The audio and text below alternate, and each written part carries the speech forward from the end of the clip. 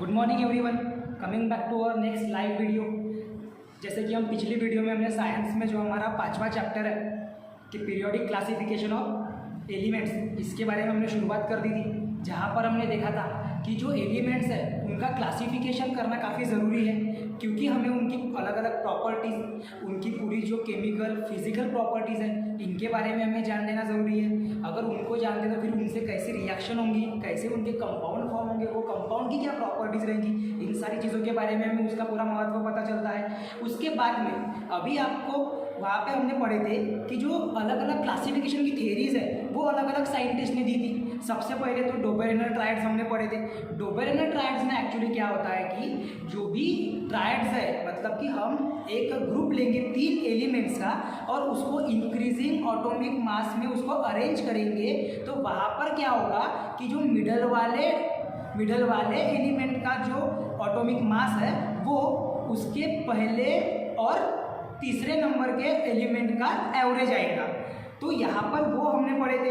उसके बाद में उसकी जो थ्योरी है वो कुछ एलिमेंट्स को ही लागू होती थी, जब तक के जहाँ तक के वहाँ पे 30 एलिमेंट वहाँ पर प्रेजेंट थे, तो वो 30 एलिमेंट डिस्कवर थे। वो डिस्कवर हुए वाले 30 एलिमेंट्स में से कुछ ही ऐसे ग्रुप्स बनते थे जहाँ पर डोबेरेनर ट्रायड्स क्या हो रहा था, अप्लीकेबल था। उसके बाद में उसकी थ्योरी फेल हो गई। वो he could not explain how to arrange और क्लासिफाइड द एलिमेंट।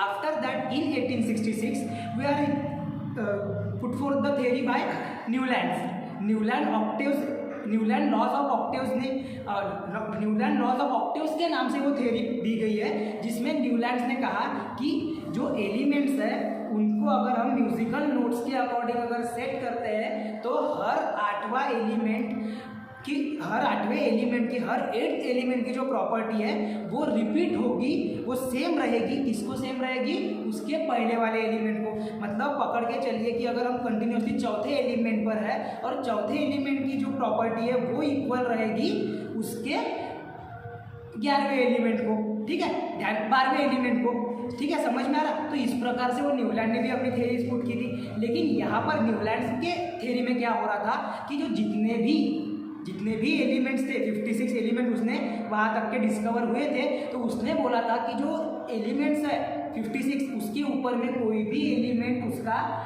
डिस्कवर नहीं होगा। लेकिन आपको भी पता है अभी 118 एलिमेंट हमारे नेचर में प्रेजेंट है, तो उसकी जो थ्योरी है उसका लिमिटेशन हमको पहला मिल चुका।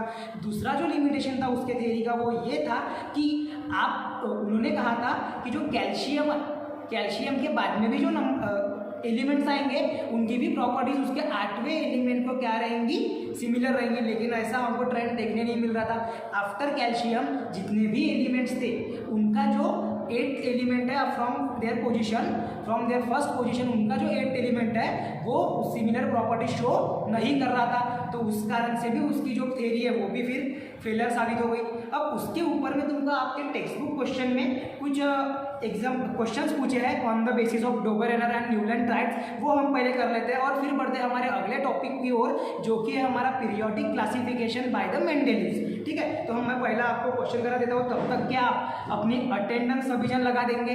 जो भी आपका लाइव वीडियो में जब भी आप आते हो तो आपको आते बराबर अटेंडेंस लगाना है और आप प्रेजेंट हो ये आपको दर्शाना है वहाँ पर। और कुछ डाउट होगा तो आप कमेंट सेक्शन में कमेंट डाल के भी डाउट भी अपने पूछ सकते हो, ठीक है। सो जो पहला क्वेश्चन था टेक्स्ट बुक का वो कुछ इस प्रकार से पूछा था, did the Dobereiner triads also exist in the columns of Newland octaves? क्या डोबेरेनर ट्रायड्स जो है वो न्यूलैंड ऑक्टेव्स के भी जो कॉलम्स है उसमें प्रेजेंट थे क्या? ऐसा क्वेश्चन पूछा गया। तो इसका आंसर है यस।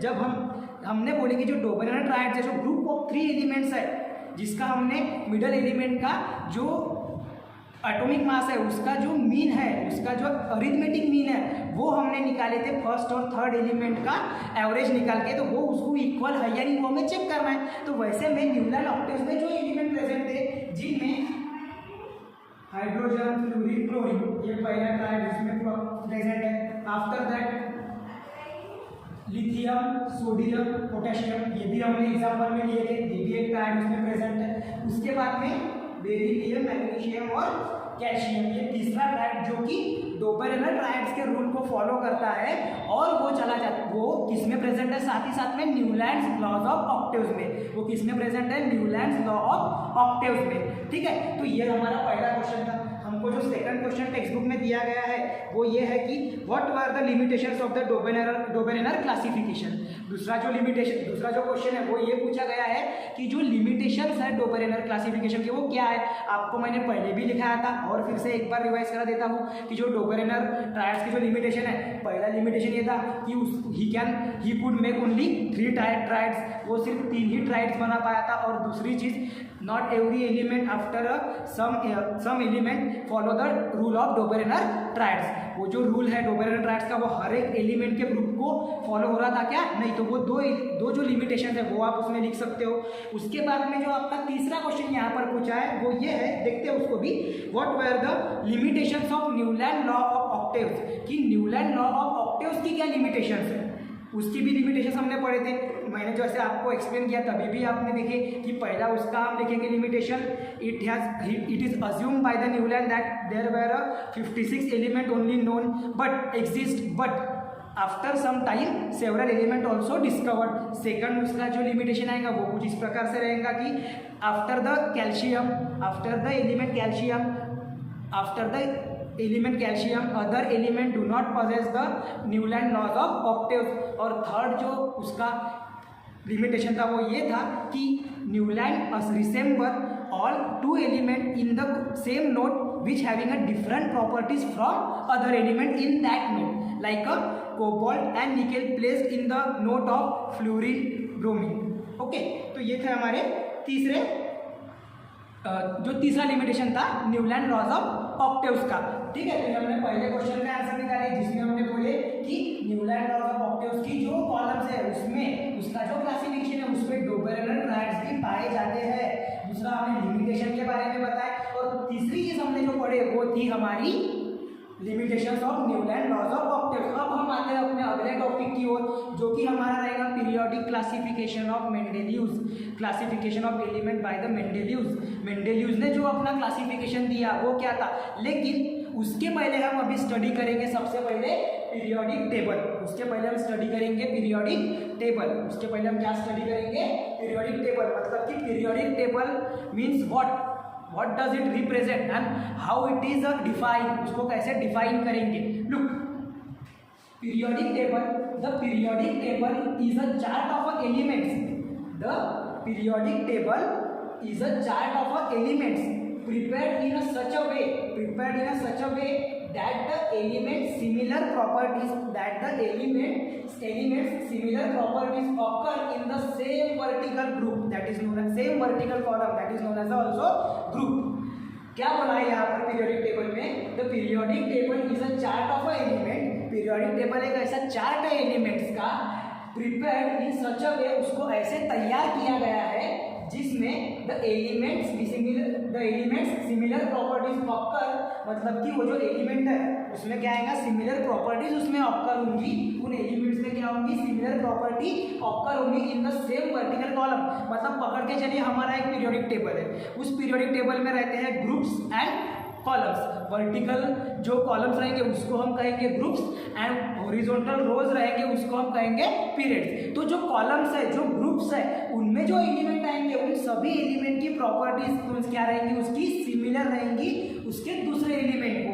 यही वहाँ पर वो जो डेफिनेशन है वो समझा रहा है। ध्यान से देखो, the periodic table is a chart of a element prepared in such a way, मतलब पीरियोडिक टेबल ऐसा चार्ट है एलिमेंट का जिसको इस प्रकार से तैयार किया गया है कि the element similar properties occurs in the same vertical column और ग्रुप की जो एलिमेंट की जो प्रॉपर्टी है उन ग्रुप्स में आने वाले जो एलिमेंट की प्रॉपर्टी है वो क्या रहेंगी, सिमिलर रहेंगी एक दूसरे को। अब वो प्रॉपर्टीज भी कौन सी रहेंगी सिमिलर, एक तो उसका एटॉमिक मास उसका इंक्रीजिंग ऑर्डर में रहेगा। अगेन उनकी फिजिकल और केमिकल प्रॉपर्टीज सिमिलर रहेगी। अब फिजिकल और केमिकल प्रॉपर्टीज के बारे में अगर हम बात करेंगे तो मेल्टिंग पॉइंट, बॉइलिंग पॉइंट, उसके बाद में इलेक्ट्रोनेगेटिविटी, एटॉमिक मास रेडियस, ये सारी प्रॉपर्टीज, आयोनाइजेशन पोटेंशियल, जो अभी आगे में हम जब ग्रुप्स और पीरियड का जब हम कैरेक्टरिस्टिक पढ़ेंगे उनके बारे में अगर डीप में जानेंगे तो हमको वो सारी चीज़ें भी पढ़ने आएंगी, धीरे धीरे करके हम आगे बढ़ते हैं उसको भी कवर करेंगे। सबसे पहले हम फोकस कर रहे हैं कि ऐसी कौन सी प्रॉपर्टीज रहने वाली है जो सिमिलर दिखाई पड़ेगी हमको, और इसीलिए हमने उन प्रॉपर्टीज सिमिलर होने के बेसिस पे ही हमने उनको क्या करे हैं, एक सेम ग्रुप में अरेंज करे हैं उन एलिमेंट्स को। ठीक है, तो पहले डेफिनेशन आप सभी को क्लियर हो गई, और एक बार मैं शॉर्ट में रिपीट कर दे रहा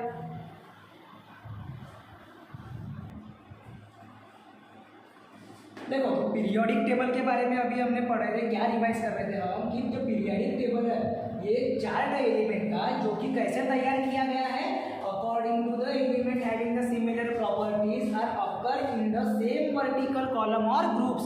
मतलब कि वो जो प्रॉपर्टीज है एलिमेंट की वो अगर सिमिलर है तो वो जो एलिमेंट है वो एक ही ग्रुप में आएंगे, ऐसा वो पीरियोडिक टेबल की अरेंजमेंट की गई है। अब ये जो पीरियोडिक टेबल है इसको पीरियोडिक ही क्यों बोला जाए, क्योंकि देखो टेबल है वो एक प्रकार का, तो चलो ठीक है वो टेबुलर फॉर्म में लिखा है, उसकी जो अरेंजमेंट है टेबल एलिमेंट्स की वो टेबुलर फॉर्म में, टेबल्स के फॉर्म में जैसे रहती है टेबुलर फॉर्म में।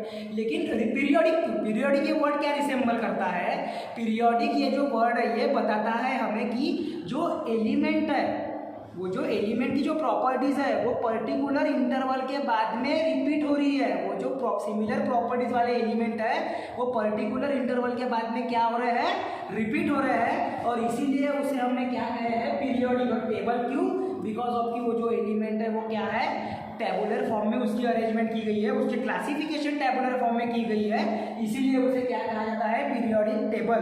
उसे क्या कहा जाता है, पीरियोडिक टेबल। अब नेक्स्ट पॉइंट की ओर हम बढ़ते हैं। अब periodic table consist of a horizontal rows of the element called as a period. Look again, the periodic table consist of a horizontal rows, what I am saying, consist of a horizontal rows, important है। A periodic table consist of horizontal rows, ऐसे adding horizontal rows जिसको हम कहेंगे periods, and the vertical columns called as a group. और vertical उसमें क्या रहेंगे, columns रहेंगे जिसको हमने क्या बोले हैं, ग्रुप, जिसको हमने क्या बोले हैं, ग्रुप बोले हैं। ठीक है, थर्ड पॉइंट हमें जो स्टडी करना है वो ये है कि इन मेंडेलियस पीरियोडिक टेबल, जब मेंडेलियस ने अपना क्लासिफिकेशन दिया, अपने पीरियोडिक टेबल का क्लासिफिकेशन दिया, the element are arrange on the basis of their atomic masses. It is also important thing. जो मेंडेलियस ने जब अपनी अरेंजमेंट की अरेंजमेंट करी, एलिमेंट्स की जो अरेंजमेंट मेंडेलियस ने करी, जो क्लासिफिकेशन मेंडेलियस ने किया, उसने क्या मतलब अज्यूम किया कि एटॉमिक मासेस उसका, and also on the similarity of chemical properties, on the similarities of chemical properties and physical properties, similarity on chemical properties and physical properties। मतलब कि ये पॉइंट हमें क्या डिस्क्राइब करवा रहा है, ये पॉइंट हमें बता रहा है कि Mendeleev's periodic table is based on, Mendeleev's periodic table किसके ऊपर में बेस्ड है, एटॉमिक मासेस, एलिमेंट के एटॉमिक मासेस के ऊपर में, और ऑल्सो ऑन द सिमिलैरिटी। ये वर्ड भी काफी इंपॉर्टेंट हो चुका है तुम्हारे लिए, सिमिलैरिटी मतलब समानता, उसमें similarity of chemical properties of and physical properties of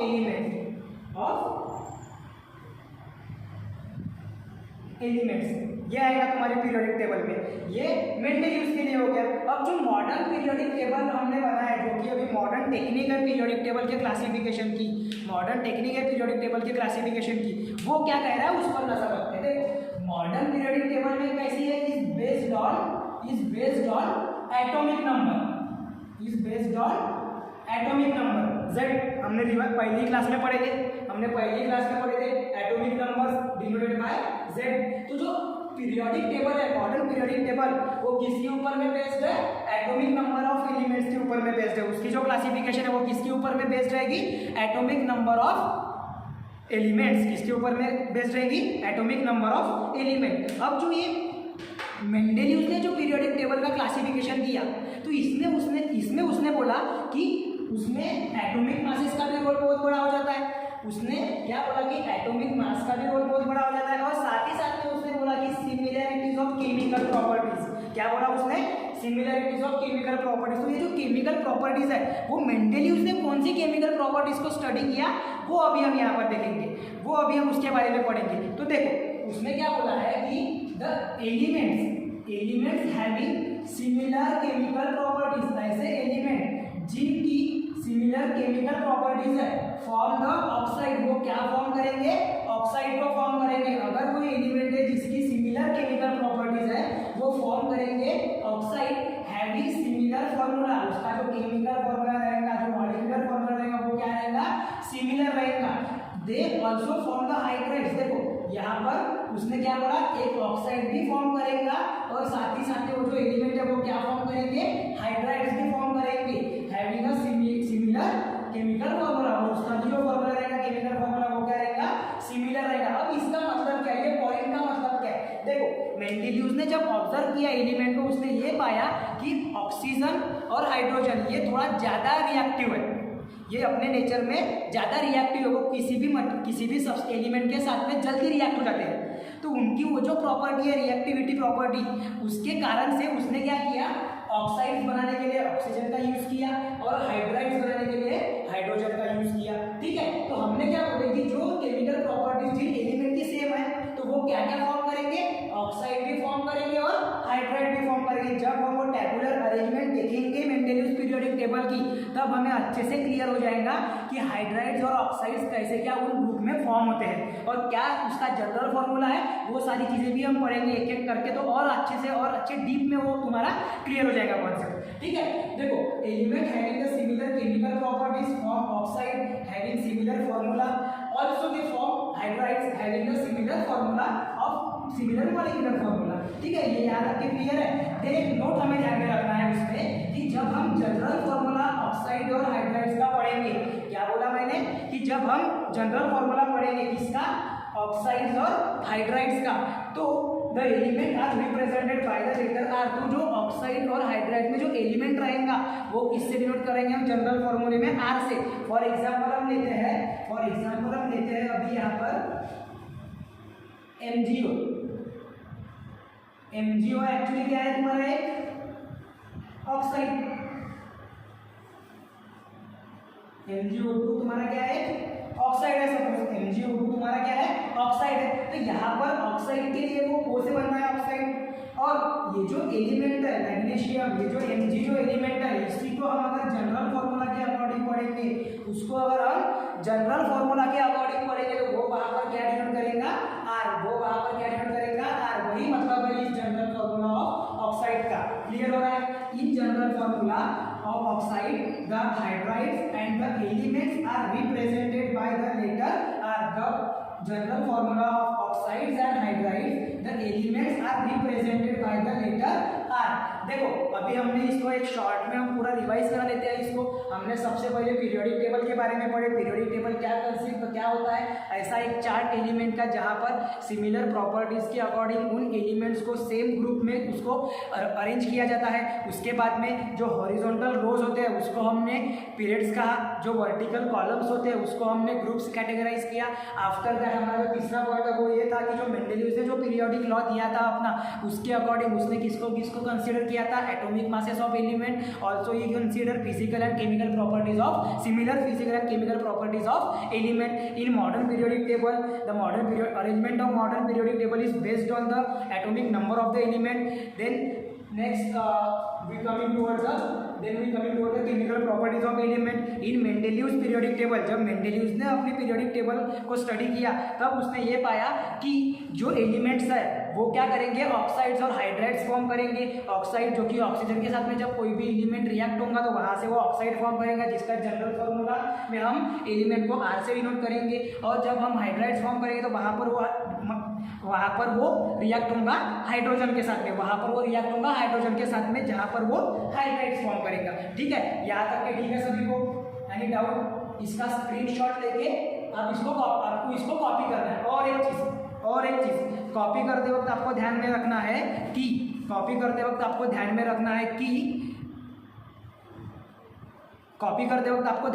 है कि जो आपके नोट्स है वो प्रॉपर रहने चाहिए। जैसा मैंने एक एक पॉइंट आपको लिखा है, एक्सप्लेन करे, समझ में आ गया, आपको बस लिखकर उसको और एक बार प्रैक्टिस करना है। आपको बस लिखकर उसको और एक बार प्रैक्टिस करना है, ठीक है। पूरे पॉइंट्स नहीं करना, आपको जो नोट्स है वो आपके बने बनाए मिल रहे हैं, इस पर से भी अपन ने अगर एक एक पॉइंट को समझ कर लिखते गए तो अपना एग्जाम पॉइंट ऑफ व्यू अपना अच्छा प्रिपरेशन हो जाता है। बिकॉज ऑफ कि हम यहाँ पर क्या नीड है उसकी, कैसे उसका क्लासिफिकेशन है, क्या उसके पॉइंट्स है, सारी चीज़ें इसमें कवर कर रहे हैं, सारी चीज़ें इसमें कवर कर रहे हैं। और एक चीज़, सभी ने अटेंडेंस लगाना है, अटेंडेंस लगाते रहो। आप ऑनलाइन क्लास में हो तो आपको कंटिन्यूटी अटेंडेंस लगाते रहना है, और जो भी डाउट है वो आपको कमेंट सेक्शन में पूछना है, जो भी डाउट है वो आपको कमेंट सेक्शन में पूछना है, ठीक है। यहाँ तक के क्लियर हो गया? चलो ठीक है, देखो अभी हमने पढ़े थे कि जो एलिमेंट्स है जिनकी केमिकल प्रॉपर्टीज सेम है, जो एलिमेंट्स है जिनकी केमिकल प्रॉपर्टीज सेम है, तो वो क्या फॉर्म करेंगे, हाइड्राइड्स और ऑक्साइड। क्या फॉर्म करेंगे, हाइड्राइड्स और ऑक्साइड। अब हाइड्राइड्स फॉर्म करेंगे तो उसका एक जनरल फॉर्मूला रहेगा, ऑक्साइड्स फॉर्म करेंगे तो उसका भी जनरल फॉर्मूला रहेगा। और वो जब जनरल फॉर्मूला हमने स्टडी करे थे तो उसमें हमने देखा था कि जो एलिमेंट है वो हम कौन से लेटर से शो करेंगे, लेटर आर से। कौन से लेटर से शो करेंगे, लेटर आर से। अभी हम पढ़ने वाले हैं कि जो जनरल फॉर्मूलाज है ऑक्साइड्स और हाइड्राइड्स के वो कैसे रहेंगे, वो कौन से इसमें रहेंगे, ठीक है। तो देखो पहले हम मूव ऑन होते हैं। if the some element from oxide having the same general formula, if the element from the oxide having the same general formula, if the some element from oxide having the same general formula, they will have the similar chemical properties। मतलब ऐसे element जो क्या form करते हैं, oxide form करते हैं, ऐसे elements जो ऑक्साइड फॉर्म करते हैं उनका जनरल फॉर्मूला सेम रहेगा। उनका जनरल फॉर्मूला अगर सेम रहेगा तो उनकी जो केमिकल प्रॉपर्टीज है वो भी क्या रहेंगी, उसको सिमिलर रहेंगी। तो उनकी जो केमिकल प्रॉपर्टीज है, उन दो ऑक्साइड्स की केमिकल प्रॉपर्टीज है वो भी क्या रहेंगी, उनकी सेम रहेगी। मतलब कि हम एग्जाम्पल कंसिडर करेंगे एक लिथियम का, ठीक है। हमने यहाँ पर नंबर ऑफ एग्जाम्पल लिए हैं, लिथियम, सोडियम, पोटेशियम। इनका जनरल फॉर्मूला है R2O, इनका जनरल फॉर्मूला है R2O। लेकिन हम पहले अगर ये बात करते हैं लिथियम की, तो लिथियम का जनरल फॉर्मूला क्या है, बोले अपन ने R2O। मतलब लिथियम एज अ एलिमेंट है, लिथियम एज अ एलिमेंट लेंगे, ऑक्सीजन उसके साथ में आ गया तो ऑक्साइड्स फॉर्म कर रहा वो, तो यहाँ पर उसका जो ऑक्साइड है वो बन जाएगा तुम्हारा Li2O। उसका जो ऑक्साइड है वो क्या बनेगा, Li2O। मतलब कि वो जो ऑक्साइड है जिसका जनरल फॉर्मूला क्या है R2O, तो वो बनेगा Li2O। उसके बाद में Na2O मतलब कि sodium oxide, after that potassium oxide. मतलब यहाँ पर क्या हो रहा है कि ये जो तीनों भी ऑक्साइड्स फॉर्म हुए हैं, लिथियम, सोडियम और पोटेशियम ने जो ऑक्साइड बनाया है, इनकी प्रॉपर्टीज क्या रहेंगी, सिमिलर रहेंगी। इनकी प्रॉपर्टीज, इनकी केमिकल प्रॉपर्टीज क्या रहेंगी, एक दूसरे को सिमिलर रहेंगी। यही कहता है हमारा ये रूल। देखो एक बार फिर से मैं रिपीट कर रहा, if the some element forming oxide having the same general formula, if the some element form oxide having the same general formula, they will have the similar chemical properties, they will have the similar chemical properties। अभी समझ में आ रहा है उसका क्या बोलना है, तो कि ऐसे एलिमेंट जो ऑक्साइड फॉर्म करते हैं, ऐसे एलिमेंट जो ऑक्साइड फॉर्म करते हैं उनका जनरल फॉर्मूला सेम रहेगा। उनका जनरल फॉर्मूला अगर सेम रहेगा तो उनमें पाए जाने वाले केमिकल प्रॉपर्टीज भी सेम रहेंगे। हमने एग्जाम्पल पर से देखे कि जिन एलिमेंट का जनरल फॉर्मूला, जिन एलिमेंट के ऑक्साइड्स का जनरल फॉर्मूला R2O है, उन एलिमेंट के ऑक्साइड का जो प्रॉपर्टीज है वो भी एक दूसरे को क्या रहेंगी, सेम रहेगी। जैसे कि Li2O, Na2O, Na2O और K2O। उसी के साथ साथ R2O की तरह और भी ऑक्साइड्स फॉर्म होते हैं, अलग अलग उसके जनरल फॉर्मूले, जिसमें हम देखेंगे RO जिसमें एलिमेंट है और ऑक्सीजन का सिंगल मॉलिक्यूल हो रहा है उसमें। आफ्टर दैट यहाँ पर RO2 चाहिए था वो। आफ्टर दैट तुम्हारा R2O3, उसके बाद में आएगा R2O3, देन आफ्टर RO3 उसके बाद में भी क्या आएगा, और एक RO3, आफ्टर दैट आएगा R2O7। ऐसे नंबर ऑफ जनरल फॉर्मूलेज हम बना सकते हैं, जिसके एग्जांपल है Al2O3। ये जनरल फॉर्मूला किससे रिलेट करता है, R2O3 से। ये जो Al2O3 जो ये जो ऑक्साइड फॉर्म हुआ है, एल्यूमिनियम ऑक्साइड ये जो फॉर्म हुआ है, ये किसको रिलेट कर रहा है, R2O3 इस जनरल फॉर्मूले को। CO2 फॉर्म हो रहा है R2O को, जिसमें कार्बन एज ए एलिमेंट है और O2 एज ए ऑक्साइड है। O2 एज ए वहाँ पर ऑक्सीजन का काम कर रहा है जो कि ऑक्साइड बनने में मदद कर रहा है, ठीक है। तो ऐसे जो ऑक्साइड रहेंगे जिनके जनरल फार्मूला सेम है, ऐसे ऑक्साइड जिनके जनरल फार्मूला सेम है, उनकी केमिकल प्रॉपर्टीज भी क्या रहेंगी, सेम रहेगी। ऑब्वियस है, उनकी केमिकल प्रॉपर्टीज भी क्या रहेंगी, सेम रहेगी, क्योंकि वो एक ही कैटेगरी में एक ही ग्रुप में आ रहा है। और हमने बोले थे कि जो एलिमेंट की केमिकल प्रॉपर्टीज सेम है उनको हम पीरियोडिक टेबल में सेम ग्रुप में अरेंज करेंगे, और उसी का यूज़ करके मेंडेलिव्स ने अपने पीरियोडिक टेबल में उन एलिमेंट्स को क्या किया है, अरेंज किया है। ये हो गया ऑक्साइड्स के लिए। ये किसके लिए हो गया, ऑक्साइड्स के लिए। अब हमें पढ़ना है हाइड्राइड्स के लिए। सिमिलर है, कुछ डिफरेंस नहीं, उसमें भी सिमिलर है। देखो हाइड्राइड्स के लिए भी जैसा हमने ऑक्साइड में पढ़े कि if the element forming the oxide having the same general formula having the similar chemical properties, उसी का उल्टा किसमें है, हाइड्राइड्स में। If the some element form hydrides having the same general formula, they will also have the similar chemical properties। मतलब कि जो elements है जो कि हाइड्राइड्स फॉर्म कर रहे हैं और उनका जो केमिकल फार्मूला है, जनरल केमिकल फार्मूला है, वो अगर सेम है तो उनके एलिमेंट्स की जो केमिकल प्रॉपर्टीज रहेंगी और वो जो ऑक्साइड्स फॉर्म होंगे उनकी जो केमिकल प्रॉपर्टीज रहेंगी वो भी क्या रहेंगी, सिमिलर। केमिकल प्रॉपर्टीज क्या रहेंगी, सिमिलर। उसके बाद में द एलिमेंट लाइक, फिर से वही एग्जांपल ले रहे हैं हम जो पीरियोडिक टेबल में अरेंज किए, lithium, sodium, potassium form the hydrides like LiH, NaH के जिनका जनरल फार्मूला है RH, जिसका जनरल फार्मूला है RH। गौर करो यहाँ पे the element like Li, Na, sodium का हम देखेंगे अगर तो सोडियम यहाँ पर कौन सा सोडियम क्या बनाएगा, NaH, सोडियम हाइड्राइड्स, वो क्या बनाएगा, सोडियम हाइड्राइड्स। समझ में आ रहा। उसके बाद में KH, पोटेशियम हाइड्राइड्स। तो ऐसे ही जो हाइड्राइड्स बन रहे हैं इनकी भी जो केमिकल प्रॉपर्टीज रहेंगी, ये क्या रहेंगी, सेम रहेगी, इनकी सिमिलर रहेंगी इनकी केमिकल प्रॉपर्टीज। तो ये भी एक हमारा जो रूल है वो फॉलो हो रहा है हाइड्राइड और ऑक्साइड के लिए। और इन्हीं दो का, ध्यान से सुनो, इन्हीं दो रूल्स का यूज़ किसने किया है, मेंडेलिव्स ने किया है अपने पीरियोडिक टेबल के अरेंजमेंट में। और जब हम मेंडेलिव्स का पीरियोडिक टेबल देखते हैं तो वहाँ पर जब तुम उसका टेबुलर अरेंजमेंट देखोगे तो उसके बराबर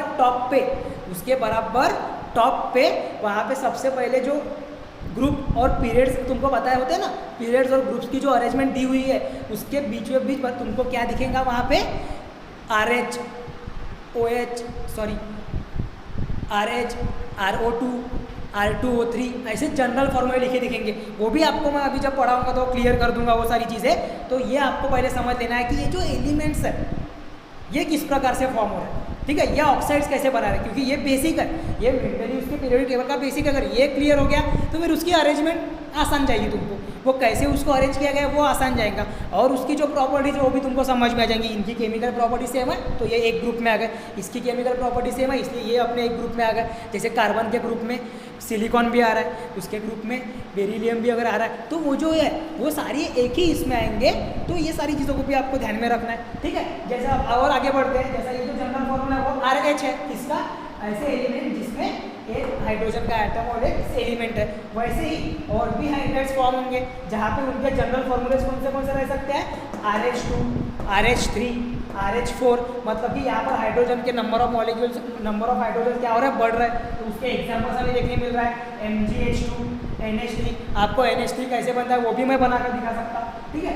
ये जो NH3 है ये कैसे बन रहा है, देखो यहाँ पर NH3 कैसे बन रहा है वो देखो यहाँ पर एक बार पहले 3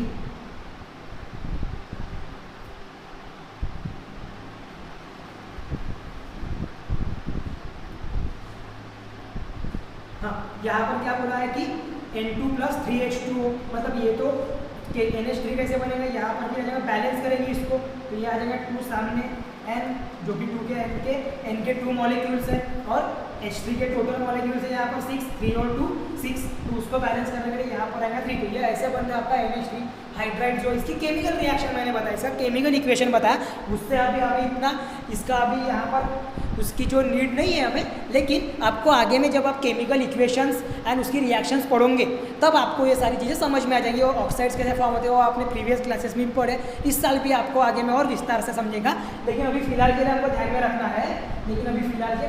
रखना है कि ये जो एलिमेंट है जिनके जो हाइड्राइड फॉर्म करते हैं उनका जो जनरल फॉर्मूला अगर सेम है तो वो जो प्रॉपर्टीज़ है उनकी, उन एलिमेंट्स की जो प्रॉपर्टीज़ है वो भी क्या रहेंगी, केमिकल प्रॉपर्टीज़ क्या रहेंगी, सेम रहेंगी। समझ में आ गया यहाँ तक के? किसी को कोई डाउट होगा तो कमेंट सेक्शन में कमेंट डाल सकता है, वो उसको अगर कुछ डाउट है तो वो पूछ सकता है इस टॉपिक से रिलेटेड। उससे अगर अपने को अगर नहीं क्या टॉपिक से रिलेटेड अगर कुछ डाउट है तो वो पूछ सकता है। और अभी ये जो है ये भी अपने पूरा पढ़ लिए, इसमें पूरे जनरल फार्मूलेज तुमको इंपॉर्टेंट हो जाते हैं। जनरल फार्मूलेज पे तुमको गौर फरमाना है, उसके अकॉर्डिंग उसकी अरेंजमेंट है। इसमें हाइड्राइड्स में भी अभी इसका आप स्क्रीनशॉट ले लो, क्योंकि इसको भी आपको आपके नोट्स में बार बार बता रहा, इसको भी आपको आपके नोट्स में पूरा लिखते चलना है पॉइंट वाइज। ये पूरे डाउट्स आपके जो रहेंगे वो भी इसको क्लियर करते जाएंगे अपन क्लास दर क्लास। अगर कुछ रहता है तो वो भी आप उसमें पूरा बताइए कमेंट सेक्शन में। और एक चीज़ आपको जब आप स्क्रीनशॉट लेते हो तो उसी दिन आपको वो सारे के सारे पॉइंट्स आपको आपकी कॉपी में पूरा नोट डाउन करके लेना है। और जो एक्स्ट्रा क्वेश्चंस है उसकी भी आपको मैं आपके व्हाट्सएप नंबर पे बोलो या आपके पढ़ाते हुए भी आपको कुछ एक्स्ट्रा क्वेश्चंस उस टॉपिक के ऊपर मैं आपको देते रहूँगा, तो उससे भी आपको पता चलेंगे बोर्ड पॉइंट ऑफ व्यू आपको कैसे प्रिपरेशन करना है, ये सारी चीज़ें भी उसमें आ जाएंगी। ठीक है, तो अभी पहले इसका स्क्रीनशॉट ले लो और फिर हम अगले टॉपिक की ओर बढ़ते हैं। ठीक है, इसका स्क्रीनशॉट ले लो और फिर हम बढ़ते हैं अपने अगले टॉपिक की ओर। आई होप कि सबने अभी अपने जो पिछले टॉपिक के स्क्रीनशॉट ले लिए होंगे। अभी हम अपने अगले टॉपिक की ओर बढ़ते हैं, जो कि है हमारा मेंडेलीव्स पीरियोडिक टेबल। जब हमने अभी इसके पहले जो पढ़े थे उसमें हमने पढ़े थे कि मेंडेलीव्स ने कुछ अपने ऐसे अज्यूम्शंस रखे थे कि जब हम कोई भी एलिमेंट को according to their increasing atomic mass अगर उसको स्टडी करते हैं तो उसका जो इंक्रीजिंग ऑर्डर है ऑटोमिक मास का, उसके साथ साथ उसकी केमिकल प्रॉपर्टीज़ भी सिमिलर रहेंगी। तो वो सिमिलर केमिकल प्रॉपर्टीज़ वाले एलिमेंट क्या होंगे, पीरियोडिक रहेंगे उसके पीरियोडिक टेबल में। मतलब after certain interval of time वो जो एलिमेंट है वो होंगे रिपीट उसी ग्रुप में। ठीक है, तो ये जो अजम्पशन है उसके बेसिस पे मेंडेलीव्स ने अपना खुद का एक लॉ बनाया, जिसके अकॉर्डिंग मेंडेलीव्स ये कहना चाहता था कि जब हम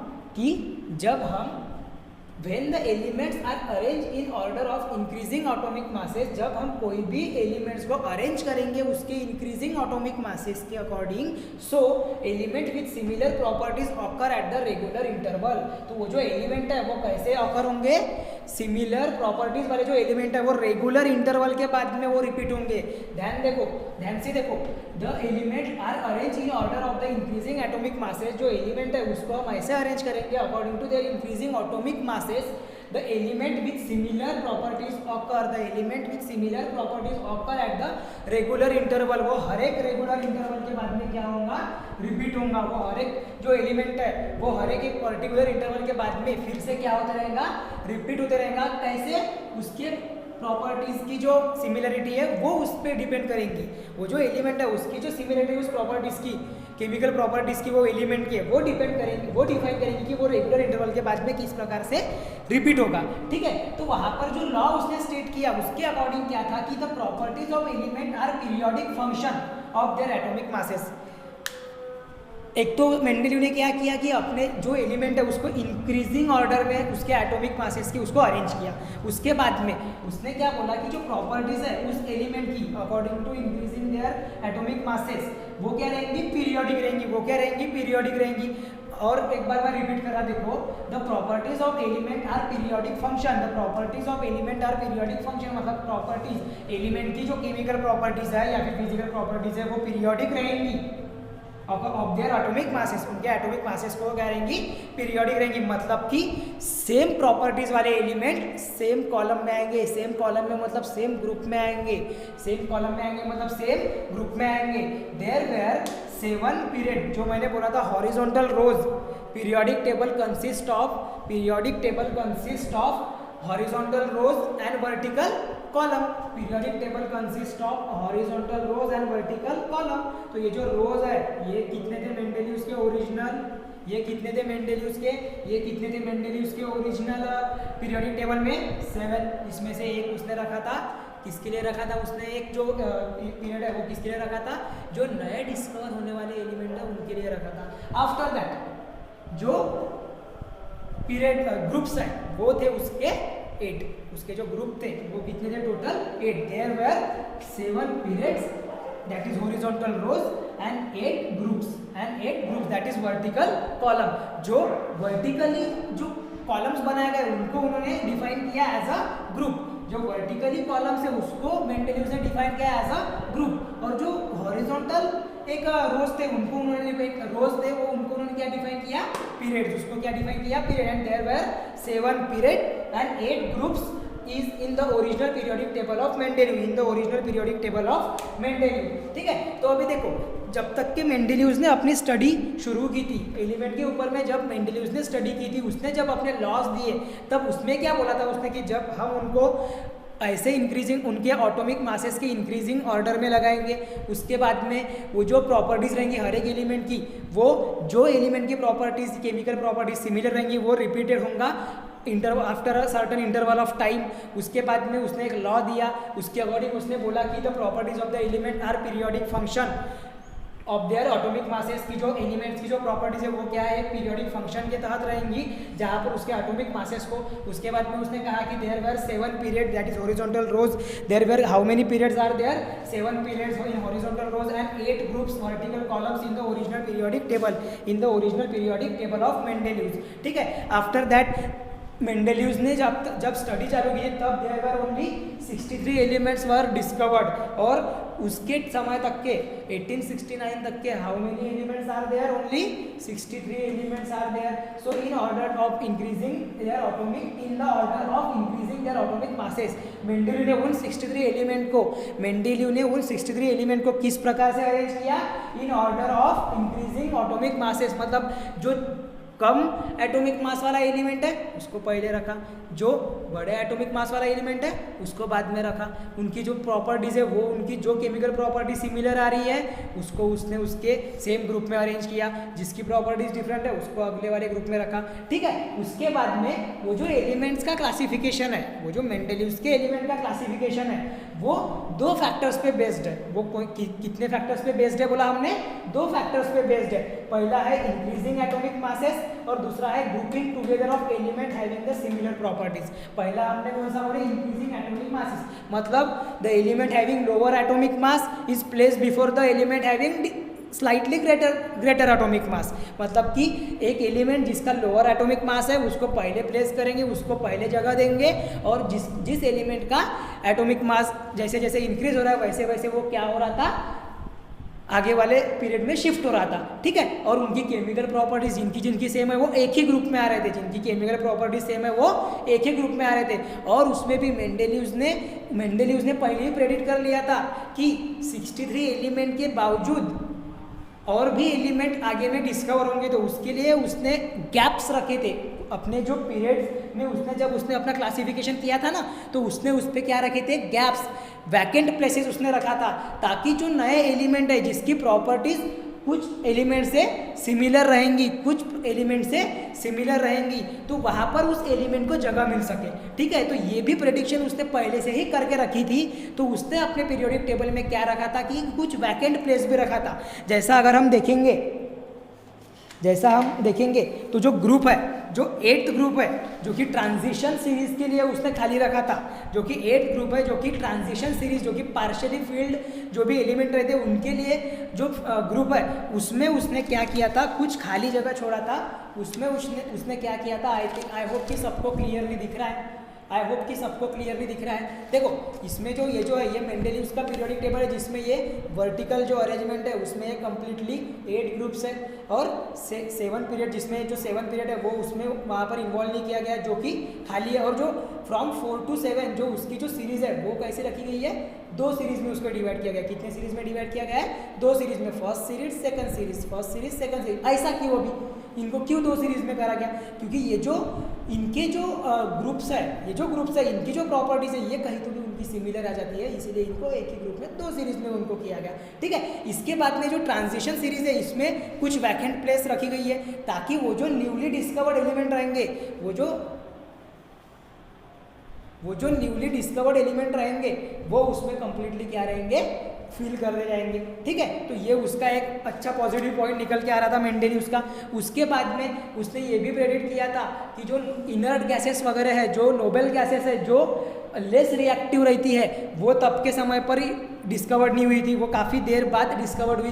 तो उनको भी पोजीशन मिलने के लिए, उनको भी पीरियोडिक टेबल में पोजीशन मिलने के लिए उसने वो कुछ अपने ग्रुप्स में क्या रखा था, खाली जगह छोड़ा था, वैकेंट प्लेसेस छोड़ा था, जिसके बेसिस पे फिर उसने ये बताया था कि जब several element after some time discovered होंगे तो उन गैसेस को बोलो या फिर उन ट्रांजिशन एलिमेंट को हम वो खाली प्लेसेस पे क्या कर देंगे, उसको जगह रखेंगे, उसको जगह देंगे और वहाँ पर उसकी प्लेस हम कंफर्म कर देंगे। ठीक है, तो ऐसी सारी चीज़ों का उसने ध्यान दिया था। और जो दूसरा फैक्टर्स है वो कौन सा हमको पढ़ना है यहाँ पर, grouping together of element having similar properties.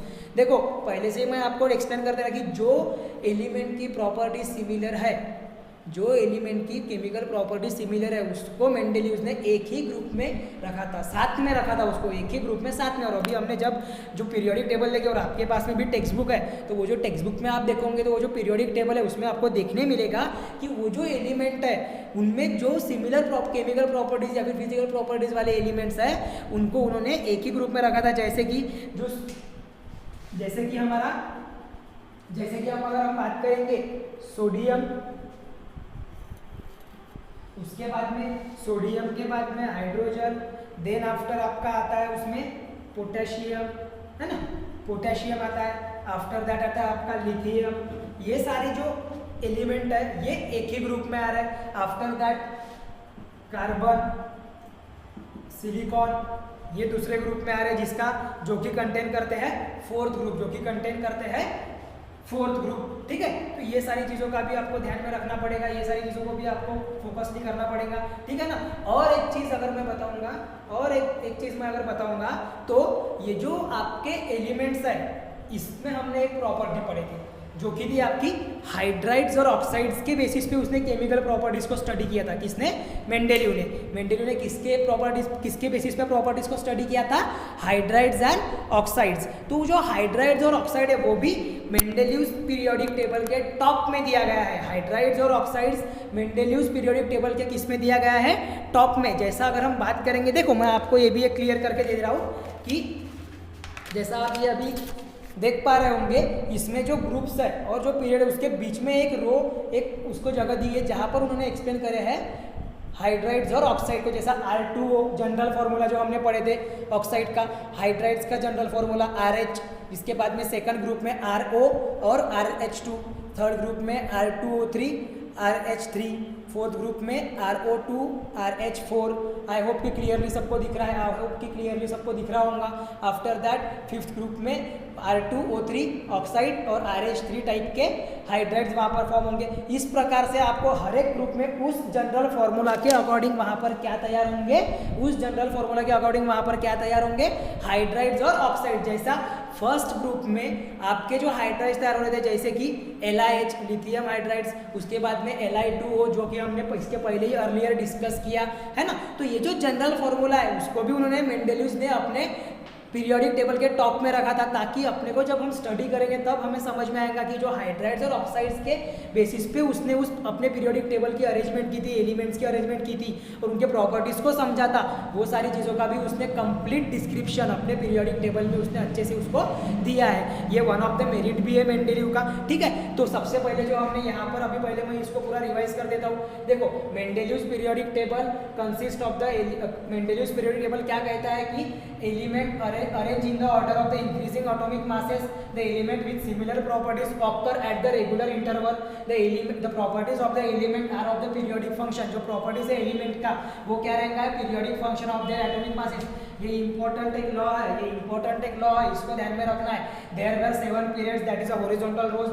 हाँ, rows और columns ये भी मैंने आपको completely पूरा डिफाइन कर चुका हूँ कि जो हॉरिजॉन्टल रोज है जिसको हम कहेंगे पीरियड और जो वर्टिकल कॉलम्स है जिसको हम कहेंगे ग्रुप। तो मेंडेलिव पीरियोडिक टेबल में 7 पीरियड और 8 ग्रुप्स ऐसे कुल मिला के उसका एक अरेंजमेंट था original periodic table of Mendeleev ने अपने पीरियोडिक टेबल में कुछ वैकेंट प्लेस छोड़ी थी, किसके लिए, जो न्यूली डिस्कवर्ड एलिमेंट रहेंगे या फिर नोबल गैसेस वगैरह रहेंगे उनके लिए, या ट्रांजिशन एलिमेंट्स के लिए। After that Mendeleev arrange all the known 63 element in order of their increasing atomic mass. Mendeleev ने जो 63 एलिमेंट, तब के 63 एलिमेंट है, मेंडेलिव ने तब के 63 एलिमेंट को कैसे ऑर्डर में अरेंज किया, इंक्रीजिंग एटॉमिक मासेस, उन एलिमेंट के इंक्रीजिंग एटॉमिक मासेस में। फिर उसका क्लासिफिकेशन पढ़े जिसमें इंक्रीजिंग एटॉमिक मास ये एक फैक्टर उसमें रिसेंबल कर रहा है, और grouping together the element having the similar properties, मतलब कि अगर नहीं कोई एलिमेंट है जिसकी सिमिलर प्रॉपर्टीज है, वो प्रॉपर्टीज में सिमिलर है एक दूसरे के, तो उनको एक ही ग्रुप में उसने क्या किया था, अरेंज किया था। तो यहाँ तक के आपको पूरा कंप्लीटली स्क्रीनशॉट ले लेना है, और उसके बाद में हम पढ़ेंगे भी मेरिट्स ऑफ मेंडेलिव्स पीरियोडिक टेबल। इसके बाद में हम पढ़ेंगे अभी मेरिट्स ऑफ मेंडेलिव्स पीरियोडिक टेबल और डीमेरिट्स ऑफ मेंडेलिव्स पीरियोडिक टेबल। पहले इसका स्क्रीनशॉट ले लो आप, ठीक है, पहले इसका स्क्रीनशॉट ले लो आप।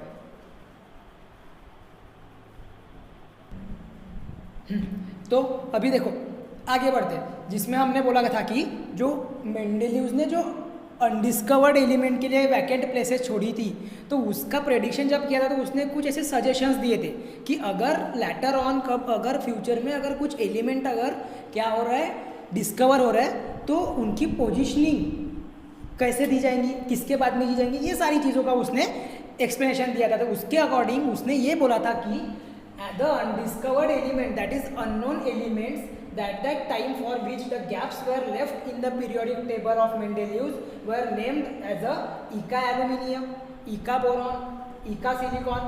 मतलब कि उसने क्या किया था कि जो अनडिस्कवर्ड एलिमेंट है, अब अनडिस्कवर्ड एलिमेंट की अगर हम बात कर रहे हैं तो जो पता ही नहीं है उसके बारे में किसी को, ना उनकी प्रॉपर्टीज, लेकिन हाँ उनकी प्रॉपर्टीज उसके सिमिलर रहेंगी ऐसा उसने बोला था, ठीक है। तो अनडिस्कवर्ड एलिमेंट, अननोन एलिमेंट जो है वो समय पर उसने उसके लिए जगह छोड़ी थी अपने पीरियोडिक टेबल में, उनको किस नाम से उसने पुकारा था, इका एल्यूमिनियम, इका बोरॉन, इका सिलिकॉन। मतलब कि इसका इका का मीनिंग क्या होता है, फर्स्ट। इका का मीनिंग क्या होता है, फर्स्ट। मतलब इस इका का जो मीनिंग है ये एक संस्कृत वर्ड है इका, जिसका मीनिंग होता है फर्स्ट। तो इसने ये बोला था मेंडेलिव्स ने कि जो एलिमेंट्स है जो लेटर ऑन डिस्कवर्ड होंगे, बार बार बताया, जो एलिमेंट बाद में डिस्कवर्ड होने वाले थे उसकी प्रेडिक्शन मेंडेलिव ने पहले ही कर चुका था, और उनके लिए जो प्लेस है वो उसने वैकेंट छोड़ा था अपने पीरियोडिक टेबल में। बाद में जब वो डिस्कवर हुए तो तब क्या बोला गया था कि जो इका बोरॉन है वो किस में कन्वर्ट हो गया, स्कैंडियम में। इका बोरॉन किस में कन्वर्ट हो गया, देख सकते हो आप, स्कैंडियम में, जिसको हम डिनोट करते हैं Sc से। उसके बाद में जो इका एल्यूमिनियम है वो डिस्कवर्ड हुआ था, वो इका एल्यूमिनियम को किसके नाम से जाना गया था, फिर गैलियम के नाम से। उसको किसके नाम से जाना गया था, गैलियम के नाम से। और इका का मीनिंग होता है कि पहले जो इका के साथ में जो वर्ड है, जैसे कि यहाँ पर है इका बोरॉन, तो हम क्या करेंगे, जैसा इका बोरॉन ये वर्ड है और इका बोरॉन की जगह पे क्या आ गया, स्कैंडियम। तो पहले क्या आएगा, बोरॉन आएगा, देन आफ्टर जो न्यूली डिस्कवर्ड एलिमेंट है वो आएगा। सेम उसी तरीके से इका एल्यूमिनियम की जगह पे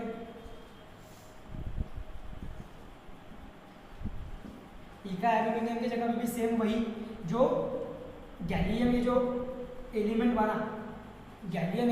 बना, तो वो जो इका एल्यूमिनियम के डिस्कवर्ड होने, इका एल्यूमिनियम जो डिस्कवर्ड हो उसी का नाम जाके क्या बना, गैलियम। सो इका एल्यूमिनियम में एल्यूमिनियम को पहले लिखेंगे और उसके बाद में फिर क्या आएगा, गैलियम। समझ में आ रहा, मतलब पहले जो एलिमेंट है जो उस इका के साथ में जुड़ा हुआ है वो पहले आएगा, आफ्टर दैट जो न्यूली फॉर्म एलिमेंट है उसको पोजीशन मिलेगी। तो ये उसने मेंडेलिव्स ने अपने पीरियोडिक टेबल में बताया था। इनकी प्रॉपर्टीज भी उसने पहले से ही स्टडी कर चुका था, मतलब उसने ऐसा प्रेडिक्ट किया था, और उनकी जो कुछ प्रॉपर्टीज है वो नियर अबाउट एक दूसरे को सेम आर प्रेडिक्ट की गई, और एक्चुअल प्रॉपर्टीज उनकी, ठीक है। तो यहाँ पर मैं ये बोल रहा हूँ कि जैसे देखो आपको बोला गया कि अनडिस्कवर्ड एलिमेंट के लिए आपको एक वैकेंट प्लेसेस रखा था मेंडेलिव ने, इसके अकॉर्डिंग उसने कुछ ऐसे नाम अपने मन से प्रेडिक्ट किया था कि आफ्टर दैट जो नए एलिमेंट होंगे तो उनके उस इका बोरॉन, इका एल्यूमिनियम की जगह पे वो प्रॉपर वो नेमिंग दिया जाएगा, ठीक है। आफ्टर दैट ये जो आपने अभी यहाँ पर जो पढ़े ये पूरे थे मेंडेलिव्स ने बताए गए पूरे थ्योरीज, उसकी कैरेक्टरिस्टिक। हमको यहाँ पर अभी आगे जाके पढ़ना है merits and demerits of Mendeleev, जिसमें कुछ ये भी पॉइंट हमारे उसमें आएंगे, जो उसके मेरिट्स थे, जो उसका फीचर्स था, जो उसके एडवांटेज थे, और डीमेरिट्स के भी बारे में हमें जानना है। ठीक है, तो अभी तक के हमने आज जो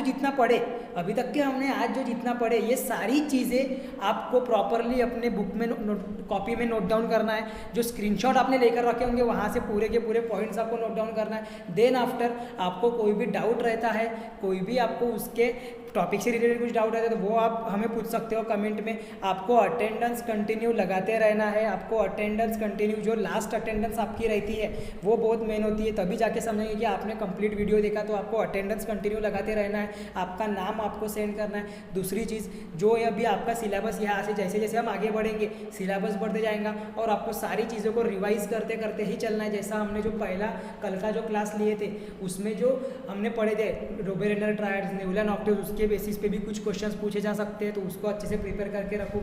क्यों हमें क्लासिफिकेशन की ज़रूरत पड़ी, ये सारी चीज़ों की भी बारे में आपको जान के रखना है। और जो आज के क्लास में जितना भी पूरा पोर्शन पढ़े मेंडलीव्स का कंप्लीट हमने जो बेसिक नॉलेज है वो पूरा लिए। हाइड्राइड्स कैसे फॉर्म होते हैं, ऑक्साइड्स कैसे फॉर्म होते हैं, इन सारी चीज़ों का उनका जनरल फार्मूले के बाद में क्या पोजिशनिंग है उनकी, कौन से ग्रुप में कौन से जनरल फार्मूले वो भी होते हैं, जो कि आपको मैंने जो पीरियोडिक टेबल है मेंडलीव्स का उसमें पूरा कंप्लीटली समझा ही दिया था। तो वो सारी चीज़ों को भी आपको प्रॉपरली उसको रिवाइज करते करते उसको प्रिपेयर करते चलना है। ठीक है, और जब आगे हम बढ़ेंगे तो हम बढ़ेंगे मेंडलीव्स पीरियोडिक टेबल के मेरिट्स के तरफ, डीमेरिट्स की तरफ, और फिर हम जाएंगे मॉडर्न पीरियोडिक टेबल, जो कि एक मॉडर्न टेक्नोलॉजी थी पीरियोडिक टेबल के क्लासिफिकेशन की। ठीक है, तो आज के लिए आपको प्रॉपरली इतना जो पोर्शन हमने पढ़े इसका स्क्रीनशॉट ले लो, हमने जो आज का जो पोर्शन पढ़े इसका स्क्रीनशॉट ले लो, और उसके बाद में हम अभी यहीं पर अपना क्लास एंड कर रहे हैं। मिलेंगे कल के क्लास में एक नए टॉपिक के साथ में।